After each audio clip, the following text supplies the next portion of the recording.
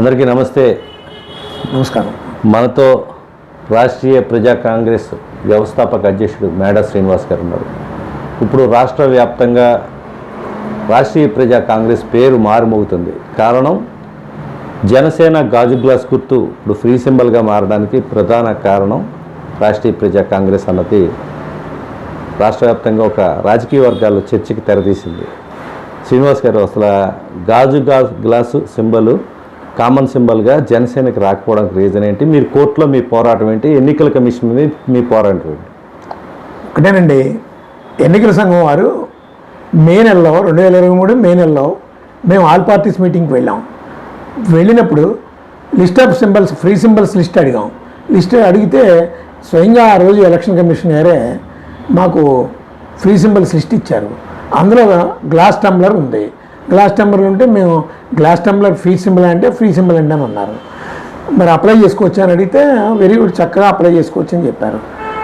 ఆ మీటింగ్ అయిన మరునాడు మేము ఎలక్షన్ కమిషన్ ఆఫ్ ఇండియాకి, అలాగే సిఈఓకి, ఎలక్టరల్ ఆఫీసర్కి, అందరికీ కూడా Telangana and Andhra Pradesh national election కమిషన్కి మొత్తం ముగ్గురికి కూడా మేము రిటర్న్గా అప్లై చేసుకోవడం జరిగింది.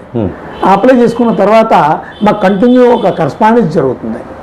ఏమిటి, మీరు ఇంకా టైం ఉంది, ఆ ఇన్ టైంలో మేము నోటిఫికేషన్ వేస్తాం, ఆ నోటిఫికేషన్లో మీరు అప్లై చేయండి అని చెప్పి ఎలక్షన్ కమిషన్ దగ్గర నుంచి మాకు ఒక కరస్పాండెన్స్ జరుగుతుంది. ఈ జరుగుతుండగా 12వ తారీఖు 12వ నెల 2023ని, అంటే మేము అప్లై చేసిన దానికి ఈ జనసేన పార్టీ వారు అప్లై చేయడానికి సుమారు 7 months గ్యాప్ ఉంది. జనసేన పార్టీకి గ్లాస్ టంబ్లర్ ఎలాట్ అయినట్టు స్వయంగా జనసేన పార్టీ అధ్యక్షులు పవన్ కళ్యాణ్ గారు ఒక ప్రెస్కి వాళ్ళు ఇన్ఫర్మేషన్ లీక్ చేశారు, ప్రెస్కి రిలీజ్ చేశారు నోటు.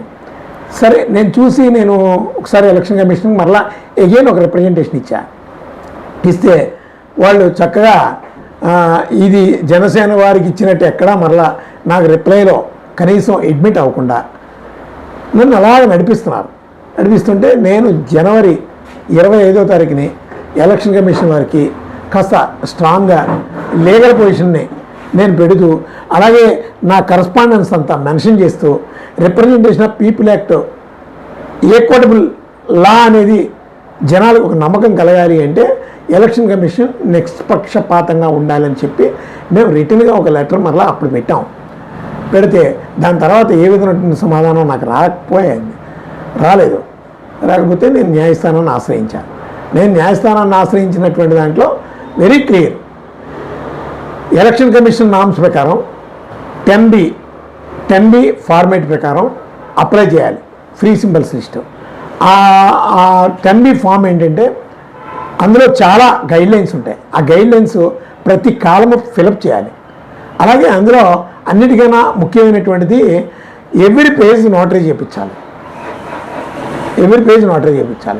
అలాగే ఈ భారతదేశంలో ఏ ప్రభుత్వ కార్యాలయం అయినా సరే జిఏడి నామ్స్ ప్రకారం, జనరల్ అడ్మినిస్ట్రేషన్ డిపార్ట్మెంట్ నామ్స్ ప్రకారం 10:30కి తీస్తారు. 10:30 నుంచి 5:30. అదేవిధంగా ఎలక్షన్ కమిషన్ ఆఫీస్ కూడా అదేవిధంగా తీస్తారు. కానీ పవన్ కళ్యాణ్ గారికి ఎందుకో 9:40 ఆయన అప్లికేషన్ తీసుకున్నట్టు, ఆ అప్లికేషన్ మీద టైము డేట్ వేసి తీసుకున్నట్టు మా కంట పడింది. ఇది అసలు హౌ ఇట్ ఈజ్ పాసిబుల్? 9:40 ఏ ప్రభుత్వ కార్యాలయం ఎందుకు తీస్తారు? అందులో ఢిల్లీ అశోక్ నగర్లో ఉన్నటువంటి ఎలక్షన్ కమిషన్, ఢిల్లీ అంతా విపరీతమైనటువంటి చలి, ఎముకలు కొరికే చలి, డిసెంబర్ నెల 11 అయినా ఆఫీసులు తీసేటటువంటి పరిస్థితి ఉండదు. అలాంటిది ఆ రోజు 9:40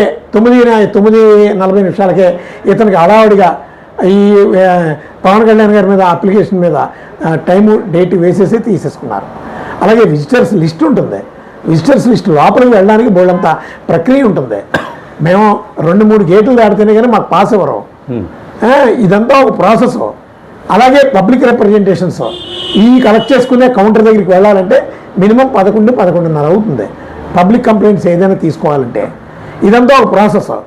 ఏమీ లేకుండా పవన్ కళ్యాణ్ గారి కోసం స్పెషల్గా 9:40 అప్లికేషన్ తీసుకున్నట్టు, ఇమ్మీడియట్గా ఆయనకి గ్లాస్ టంబ్లర్ని అలాట్ చేసేసినట్టు, ఇదంతా ఎలక్షన్ కమిషన్ వారు ఈ విధంగా ఉంటే ఎలక్షన్స్ ఏ విధంగా సజావుగా జరుగుతాయి, ప్రజలకు నమ్మకం పోయేటటువంటి పరిస్థితి ఉంది అని చెప్పి మేము న్యాయస్థానాన్ని ఆశ్రయించి నేను మీకు ఏదైతే చెప్పానో అవన్నీ కూడా ఎలక్షన్ కమిషన్ని కోర్టు ద్వారా నేను అడిగాను. ఆ రోజు పవన్ కళ్యాణ్ గారు అప్లికేషన్ ఇచ్చినటువంటి సీసీ ఫుటేజెస్, అలాగే విజిటర్స్ లిస్టు, ఇవన్నీ కూడా సమన్ చేయించి కోర్టు వారికి సమర్పించమని అడిగాం. అవి ఇప్పటికి వచ్చి సమర్పించలేదనుకోండి. అంటే మీరు కేవలం గాజు గ్లాస్ గుర్తుకే వెళ్ళడానికి రీజన్ ఏంటండి? అంటే ఫ్రీ సింబల్ సార్, అది ఫ్రీ సింబల్. పర్టికులర్గా నేను గాజు గ్లాస్ గుర్తుకు వెళ్ళడానికి ఫ్రీ సింబల్స్లో కాకపోతే మేము ఆ సింబల్ టచ్ చేయం. అసలు జనసేన వారు బై మిస్టేక్ వాళ్ళు ఎందుకో వాళ్ళ సొంత ఆస్తి కింద ఫీల్ అవుతున్నారు. ఇది ఎలక్షన్ కమిషన్ సింబల్స్లో ఒక ఐటమ్, అది దాన్ని జనసేన వారు వాళ్ళ సొంత ప్రాపర్టీ కింద ఫీల్ అవుతూ మాట్లాడితే ఇది మా సింబలు అంటున్నారు. మొట్టమొదటి వాళ్ళ మైండ్ సెట్లో నుంచి ఇది ఎలక్షన్ కమిషన్ వారి సింబలో, వాళ్ళు ఇచ్చినటువంటి గుర్తులు ఇవన్నీ అందరి అవకాశాన్ని బట్టి అర్హతను బట్టి ఎవరైనా దాన్ని కోరుకోవచ్చు. సార్ ఎందువల్ల వాళ్ళు ఇది పోగొట్టుకోవాల్సిన పరిస్థితి వచ్చింది? అసలు నామ్స్ ఏంటి, అసలు ఎంత పర్సంటేజ్ ఓటింగ్ ఉండాలి, ఎన్ని సీట్లు రావాల్సింది, ఎక్కడ వాళ్ళు మిస్టేక్ చేసుకున్నారు? వాళ్ళు పవన్ కళ్యాణ్ గారు పార్టీ నిర్మాణం 10 ఏళ్ళుగా ఎందుకు పూర్తి స్థాయిలో చేయలేకపోయారు? మీరు చాలా సంవత్సరాల నుంచి ఉన్నారు, ప్రజా పోరాటాలు చేస్తూ వస్తున్నారు, ప్రతి సమస్య మీద గాలం ఎత్తుతారు. పార్టీ చిన్నదైనప్పటికీ కూడా ఉద్యమాలు ప్రజా పోరుబాట్లు ఎప్పుడు కొనసాగుతూ ఉంటాయి. మీరే ఎందుకు అంత ఈ రాష్ట్రంలో కానీ తెలంగాణలో కానీ ఎవరు దృష్టి పెట్టని అంశం మీద మీరు పెట్టడానికి రీజన్ ఏంటి? ఒకటే సార్, మాది 27 సంవత్సరాల రాజకీయ ప్రస్థానం రాష్ట్రీయ ప్రజా కాంగ్రెస్ పార్టీ. ఏప్రిల్ 20, 1998లో ఈ పార్టీని గోదావరి పరివాహక ప్రాంతాన్ని బేస్ చేసుకొని ఇక్కడ ఆవిర్భవించడం జరిగింది. ఆ రోజు నుంచి ఈ రోజు వరకు కూడా మేము అనేక ప్రజాహిత కార్యక్రమాల్లో చురుగ్గా ఉన్నాం, అనేక ప్రజా పోరాటాల్లో ముందున్నాం, ప్రజా పోరాటాల్లో ఉన్నాం, అవసరానికి మేరకు న్యాయ పోరాటాలు కూడా చేస్తున్నాం. ఈరోజు రాజమండ్రిలో అనేక సమస్యల మీద గళమెత్తినటువంటి ఏకైక రాజకీయ పార్టీ మాదే. ఏ పార్టీ అయినా రాజకీయం చేస్తుంది, వ్యాపారం చేస్తుంది. మా పార్టీ కంప్లీట్గా ప్రజలకి ఈ రాజమండ్రి సమస్యల మీద, రాష్ట్ర సమస్యల మీద అవిశ్రాంతంగా కృషి చేస్తుంది. ఇకపోతే క్రైటీరియా అంటే ఎలక్షన్ కమిషన్ వారు గాజు గ్లాస్ గుర్తు మీద మీరే అప్లై చేయడం ఎందుకు అని అడుగుతున్నారు. మేము ఒకటే చెప్తున్నాం, ఆ రోజు మేము ఏదో ఒక గుర్తు అప్లై చేయాలి. ఆ అప్లై చేయడానికి ముందు ఆ ఎలక్షన్ కమిషన్ నా ఫ్రీ సింబల్స్ లిస్ట్లో గాజు గ్లాస్ గుర్తుని మీరు అప్లై చేసుకోవచ్చని ఆ రోజు మాకు సెక్రటరియట్లో ఉన్నటువంటి ఎలక్షన్ కమిషన్ బ్లాక్లో ఆఫీస్లో చెప్పారు. ఆ ప్రకారం వారు ఇచ్చినటువంటి గైడ్లైన్స్ ప్రకారం మేము అప్లై చేసుకున్నాం. పక్కాగా 10A ఫార్మేట్ ప్రకారం, అంటే election commission representation of people act 29A 10A format ప్రకారం మేము అప్లై చేసాం. అంటే మా అప్లికేషన్ ఇన్కంప్లీటెడ్ అనుకోండి, మమ్మల్ని రిజెక్ట్ చేయొచ్చు. అది తప్పు కాదు. ఎలక్షన్ కమిషన్ వారి డిస్క్రిప్షన్ పవర్స్ అయ్యి మేము పక్కాగా నామ్స్ ప్రకారం మేము అఫిడవిట్ ఫైల్ చేస్తే అసలు అఫిడవిటే ఇన్కంప్లీటెడ్. పవన్ కళ్యాణ్ గారు ఫైల్ చేసినటువంటి అఫిడవిట్ అసలు పూర్తిగా చట్టవిరుద్ధమైనటువంటి అప్లికేషను. దాన్ని ఎలాగ క్షణాల్లో మీరు స్వీకరించారు, ఎలాగ గుర్తుని శాంక్షన్ చేశారు అనేది మా ప్రధాన ప్రశ్న. అలాగే 12వ తారీఖు 12వ నెల 2023వ తారీఖు జనసేన వారి కన్నా ముందు అదే రోజు అక్కడ చాలా అప్లికేషన్లు ఇచ్చారు. చిన్న ఇంకా వేరే రాజకీయ పార్టీలు ఉన్నాయి. అందులో జాతీయ జనసేన పార్టీ కూడా ఉంది. మరి వాళ్ళెవరికి ఇవ్వనటువంటి గుర్తు వాళ్ళ అప్లికేషన్స్ సుమారు 9 గంటల నుంచి వాళ్ళు అక్కడ పడిగాపులు రాసుకుంటే 10:30కి తీసినటువంటి ఆఫీసు ఆ రోజు 10:30కే లోపలికి వాళ్ళు ప్రవేశించారు. జనసేన అప్లికేషను మెయిన్ ద్వారం నుంచి తీసుకున్నారా, లేదు వెనకతలు ఏదైనా ఒక రహదారి నుంచి తీసుకున్నారా? ఎందుకంటే మెయిన్ డోర్ దగ్గర చాలా అప్లికేషన్లు పెండింగ్ ఉన్నాయి.